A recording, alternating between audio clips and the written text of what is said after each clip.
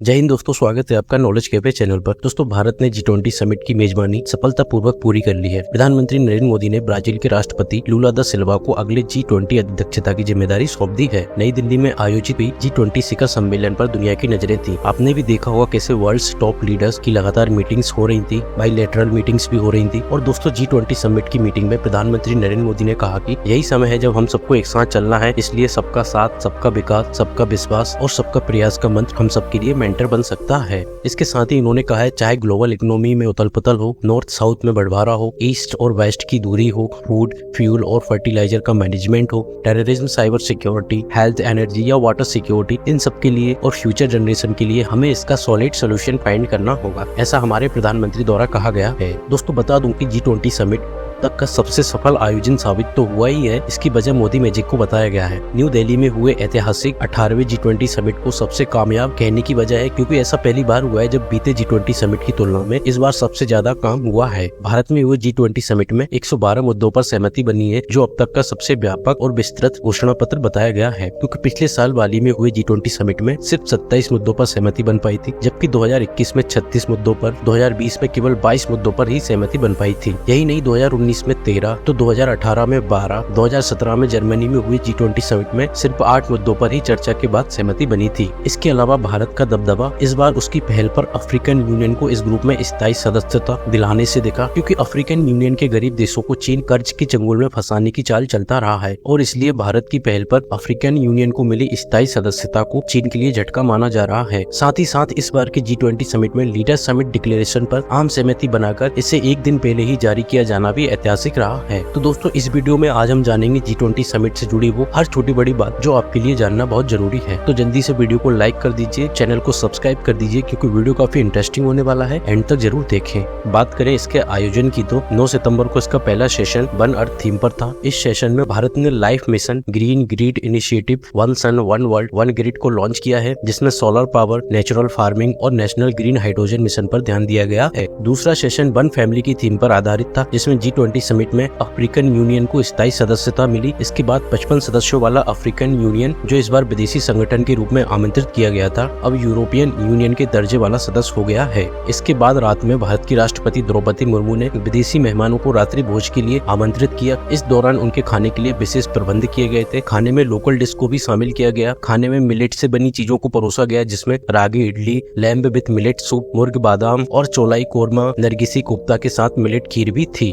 और इसमें खास बात ये रही कि ये सब चीजें मेहमानों को सोने और चांदी के बर्तनों में परोसे गए थे। तो दोस्तों, अब हम बात करते हैं नई दिल्ली में हुई G20 बैठक में वो कौन से ऐसे 5 बड़े मुद्दे हैं जिनका आने वाले समय में दुनिया पर सकारात्मक असर दिख सकता है।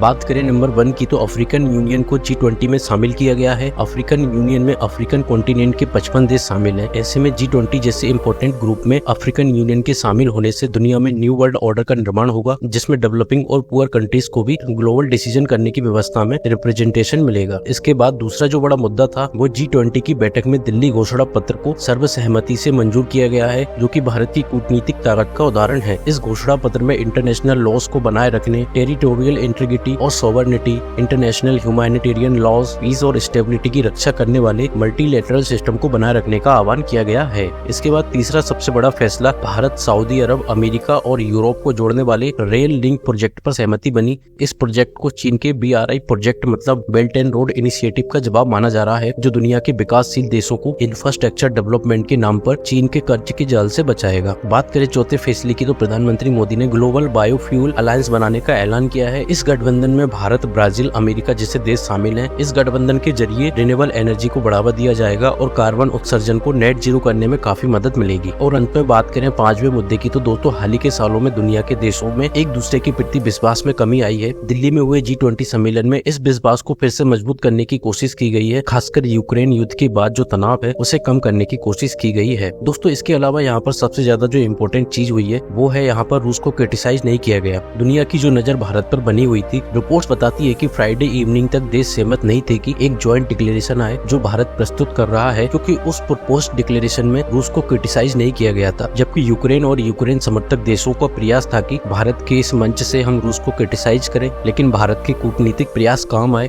जब प्रधानमंत्री और उनके मंत्रीगण द्वारा राजनेताओं को याद दिलाया गया कि इसे इंटरनेशनल जियोपॉलिटिकल मुद्दे डिस्कस करने का मंच मत बनाइए। अगर ऐसा हुआ तो हम भारत और पाकिस्तान डिस्कस कर लेते हैं, भारत और चीन डिस्कस कर लेते हैं, सब लोग अपना अपना डिस्कस कर लीजिए। चूंकि हम अर्थव्यवस्था को ठीक करने की बात करते हैं तो अर्थव्यवस्था को कैसे बढ़ावा दिया जाए उस पर बात करिए, तब जाकर ये मंच होगा। और दोस्तों भारत इस कारनामे में सक्सेस भी हुआ। तो दोस्तों उम्मीद है आपको सारी बातें समझ आई होंगी। बाकी आपकी क्या राय है इस मामले में हमें कमेंट कर जरूर बताएं। फिलहाल इस वीडियो में इतना ही। जानकारी पसंद आई हो तो वीडियो को जरूर लाइक करें, चैनल को सब्सक्राइब करें। मिलते हैं फिर नेक्स्ट वीडियो में। जय हिंद।